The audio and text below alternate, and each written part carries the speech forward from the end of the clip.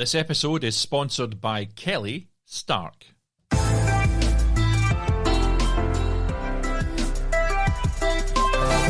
Hello and welcome to Film Pro Productivity and Success, the podcast that helps film professionals and other creative people to live a more focused, effective and happy life. My name is Carter Ferguson and this is episode 77, Pride and Arrogance.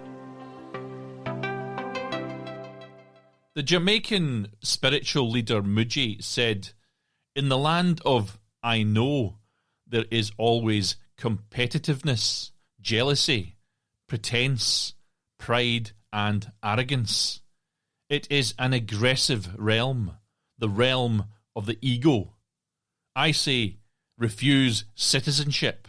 In the land of I don't know, the inhabitants move without conflict and are naturally quiet, happy and peaceful.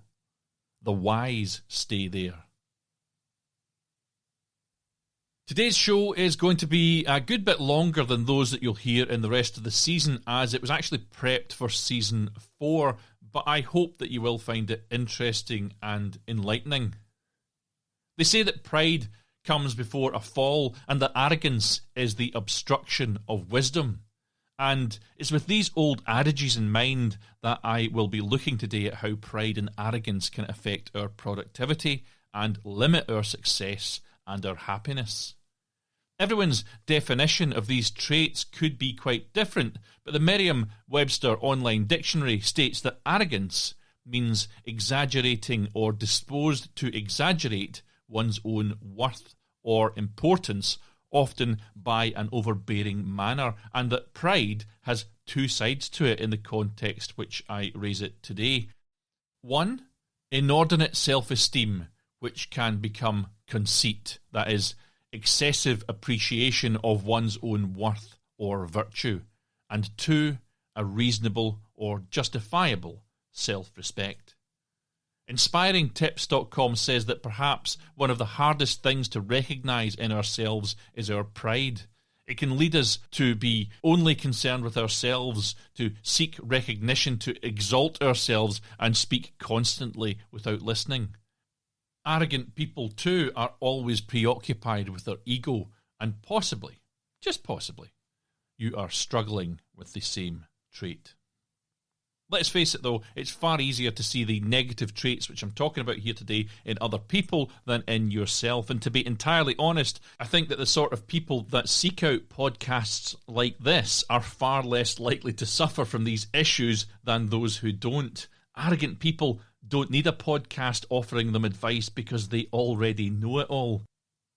I still think that this is a topic worth exploring though, and I'll preface what is about to come by saying that it's not necessarily a bad thing to be proud of what you have achieved. Success is a process for all of us, and as long as you are making consistent progress towards your goals, sincerely giving your best effort more often than not, then you are already successful and deserve to be proud of yourself. Hal Elrod, unquote. One of the cornerstones of productivity for me after studying the topic and creating this show for 2 years is self-analysis. I believe that if you can't honestly assess your situation, your actions, your behaviour, etc., and then independently and honestly assess the results which you are getting as you try to achieve your goals, then you will never know where your weaknesses lie. That's why I tackled SWOT analysis a few episodes ago. If you have not heard it, please go back and check it out. Napoleon Hill also pointed something out in my Season 3 mini-series on the law of success in 16 lessons, and that stuck in my mind. He said that you're far more likely to discover your weaknesses when raised in argument with someone who dislikes you, an enemy, for want of a better word, than you are to hear about your weaknesses or your problems from a friend. So what I'm saying is that the value of true and honest self-analysis can't be understated. It is a skill you should work on whenever you can. I realise this might be asking for trouble from your inner critic though, but that's just something you have to get past, because this is an invaluable skill. There are two kinds of pride, both good and bad. Good pride represents our dignity and self-respect. Bad pride is the deadly sin of superiority that reeks of conceit and arrogance. John C. Maxwell, unquote. Over the years, I've worked with several people who have been incredibly egotistic, arrogant, and overbearing, but who most of the time, maybe not most of the time, some of the time, disguised it pretty well. I recognised at the time that they were a bit of a dick, which is something I can forgive if I believe that someone is honest and decent in general, or if they have great talent. I don't believe that they were really evil people that I was working with, just people who felt that they had to boost their own self-esteem by ordering others about and browbeating them into doing their will. One in particular had honed his humble routine quite well, and largely he got away with it, up until the point where people just had enough of him, however, and inevitably cut him out of their lives. I must say here that when you move away from someone like that, you very quickly appreciate every day that they are not about, and how easy life is without them. If you know someone in your life who's like that, then take a clear assessment of your relationship and decide if it's really worth it. Because here's the thing, when you eventually part ways with people like this, you will very quickly hear from others who wondered why you put up with them for so long. Others who are so unhappy about them that they go out of their way to do them damage. And that's what truly arrogant and egotistical people don't see, that many of the difficulties that they face are coming right back at them from the bad will which they have generated as they slice through life, taking others down as they go. They're building walls every day which, as life goes on, they have to continually climb over, where their former respectful and decent colleagues don't have to do that. This is in effect a playing out of the law of diminishing returns, where the benefits gained by them using this tactic become less and less as time goes on than the amount of energy invested. Sadly for them, they're just so egotistic that they can't quite figure that one out. The truest characters of ignorance are vanity and pride and arrogance. Samuel Butler, unquote.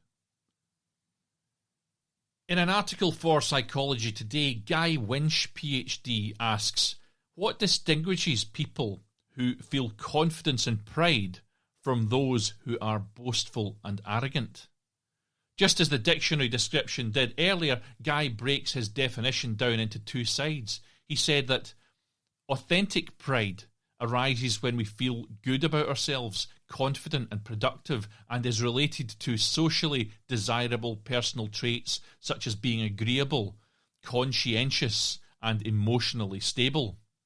On the other hand, however, he explains that hubristic pride, otherwise known as excessive pride, tends to involve egotism and arrogance, and is related to socially undesirable traits such as being disagreeable, aggressive, having low or brittle self-esteem, and being prone to shame.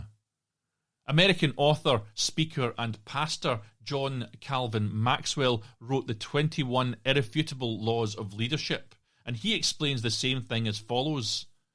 There are two kinds of pride, both good and bad. Good pride represents our dignity and our self-respect.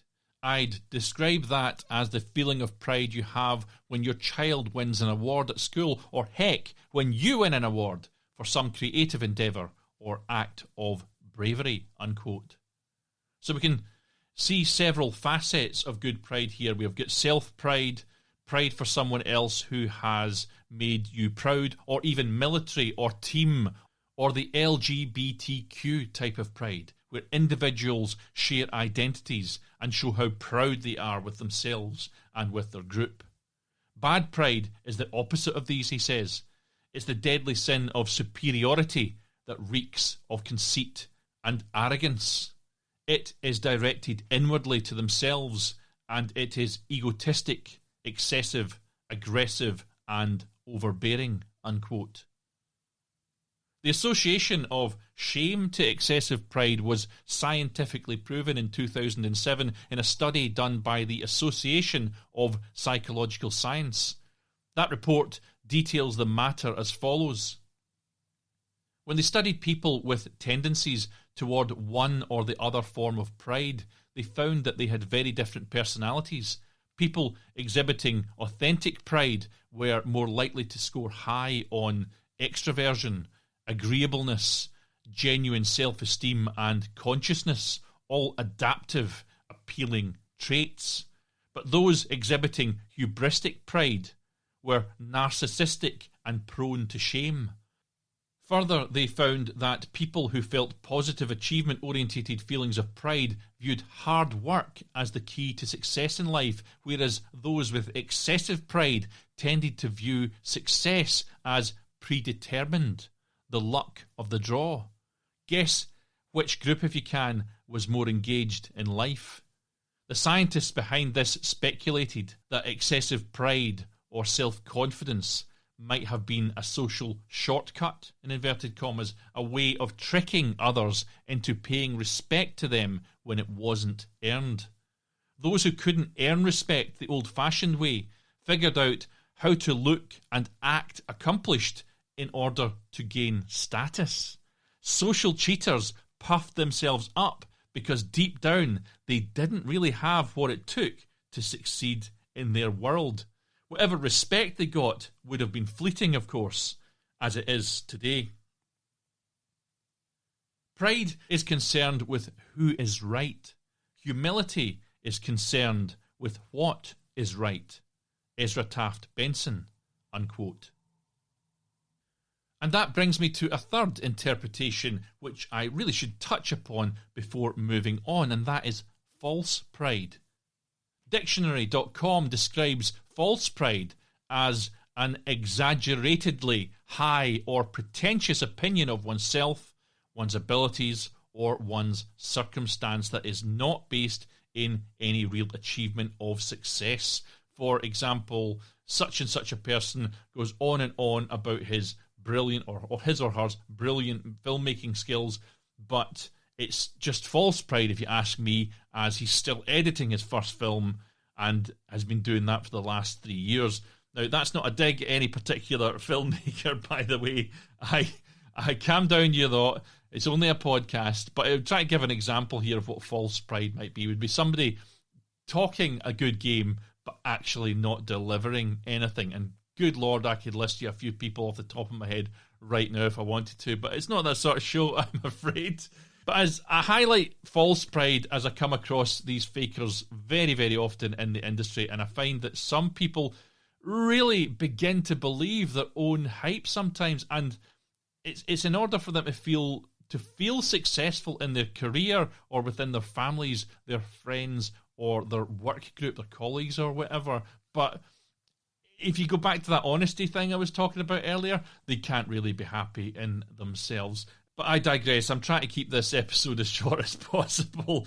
But the essential productivity skill of self-analysis that I spoke of earlier and your analysis of other people's truths or lies is a vital one, because it's vital that you can identify within yourself if you are kidding yourself or not. You see, the thing is that a bullshitter somewhere down the line will be asked to prove their case, and if they can't, their reputation quickly becomes that of the faker or the liar. And do any of you want to become known for that? I've mentioned in the past that I really don't mind the fake it till you make it strategy, which people often implement at all. I really don't mind it. It's not a bad tactic, if truth be told, but only if on some level you have an awareness of what you're doing and don't start to truly believe your own hype. As you go through life, you also need to assess if other people's work is truthfully as good as they present it to be, or if they are just spinning you a yarn that they have begun to believe themselves. Believe me, I can list several people right now who are actively spreading lies about their body of work in order to win favour or convince others to part with money or part with their time or energy to help them out.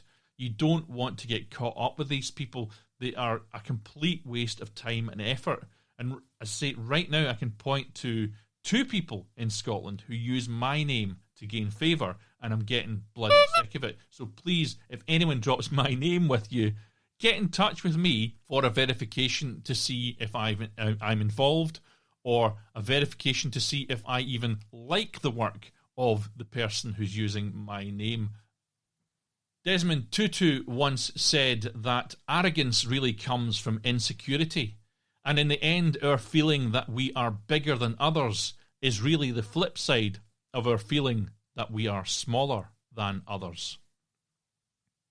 I think it's fair to say that someone who is arrogant is someone who is likely quite desperate to make themselves feel better at the cost of another's feelings or of their time or effort. But it doesn't necessarily mean that the person who comes across as arrogant is inherently bad or deliberately nasty or hateful either.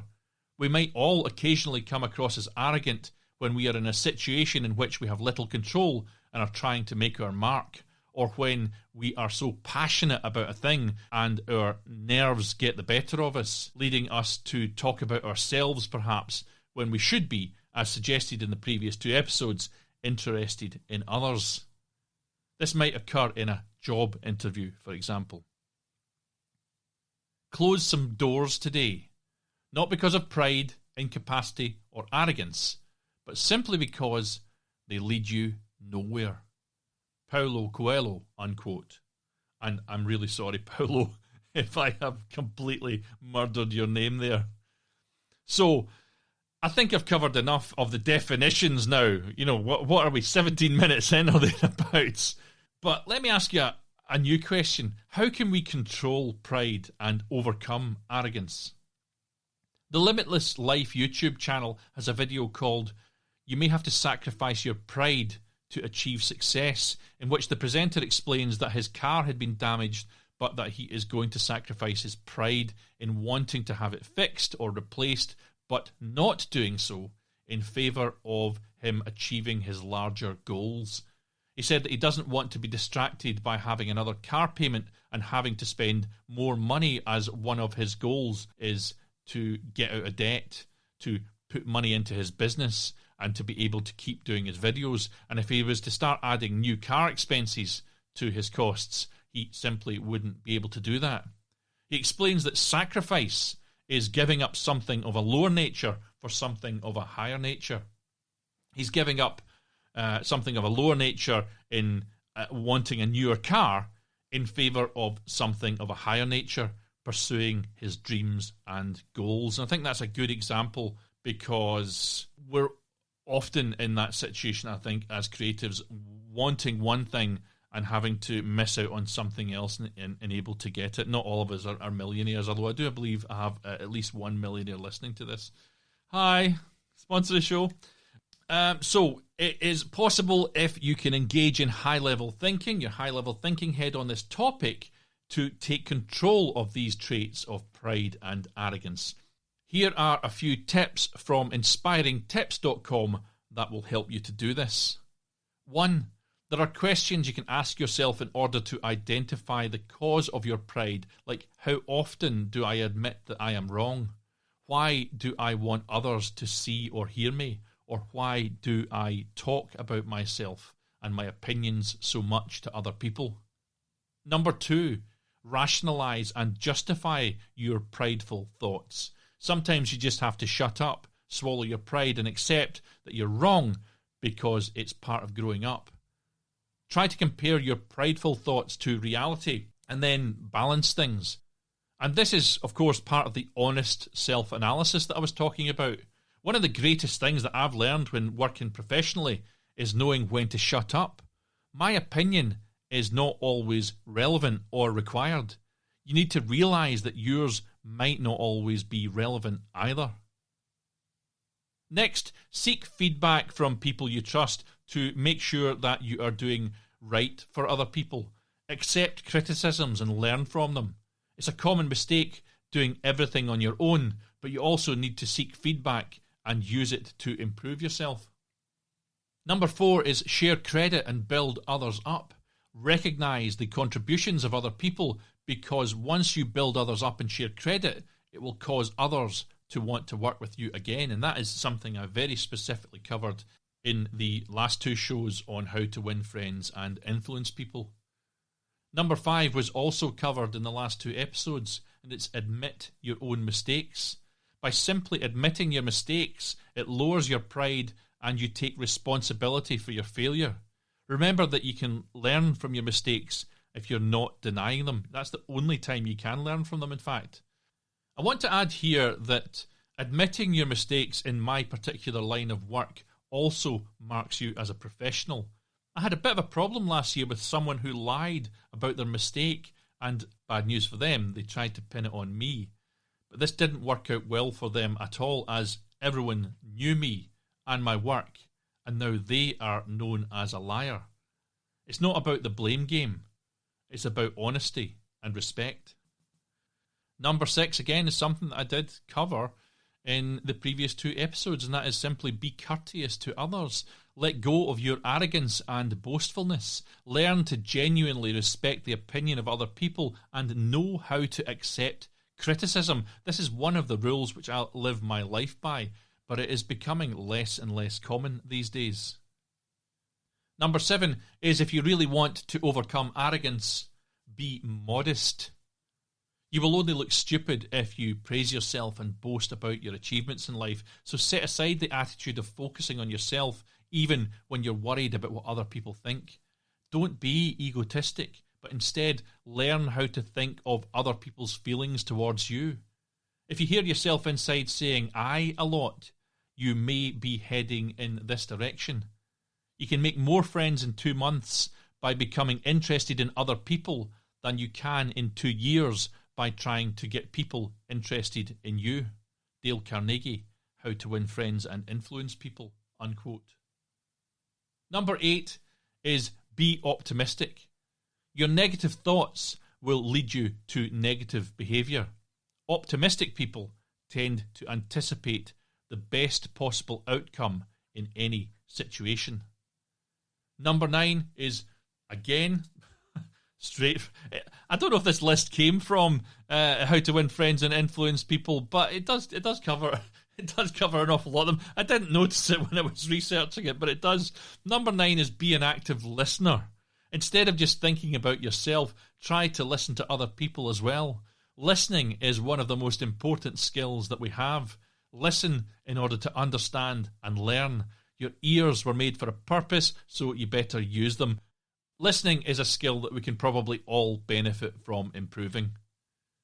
Finally, we have number 10, which states that many people don't realise what awaits them if they just let go of these attitudes and move forward. Instead of looking at yourself as wise in your own eyes, let yourself be humble and willing to learn from other people.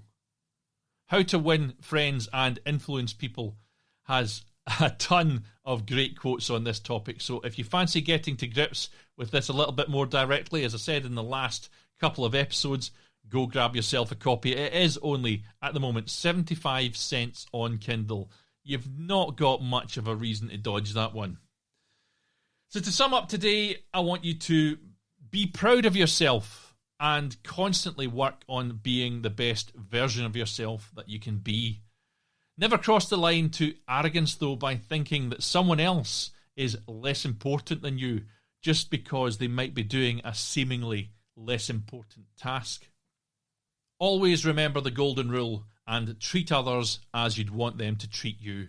If you live your life by that rule, then arrogance and pride will have to take a back seat.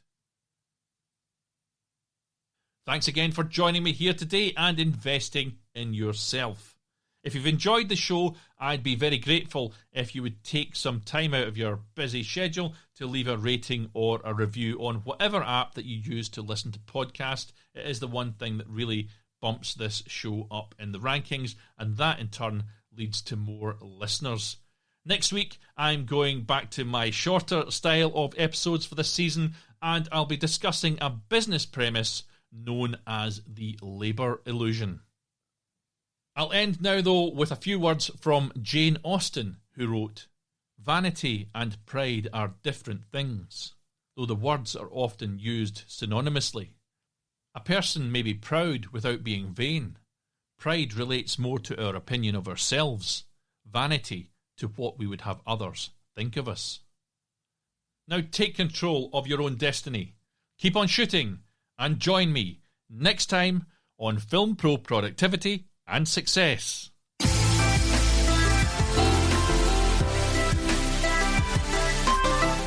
Today's show was written in collaboration with Megan Riley, and the music that you can hear right now is Adventures by Ihimitsu. You can view the show notes for this episode on the official website, filmproproductivity.com, and you can follow my personal accounts on Twitter and Instagram at fight_director, or follow the show on Twitter at FilmProProdPod, or on Facebook at FilmProProductivity. Please support the show by subscribing, spreading the word, and leaving an awesome review.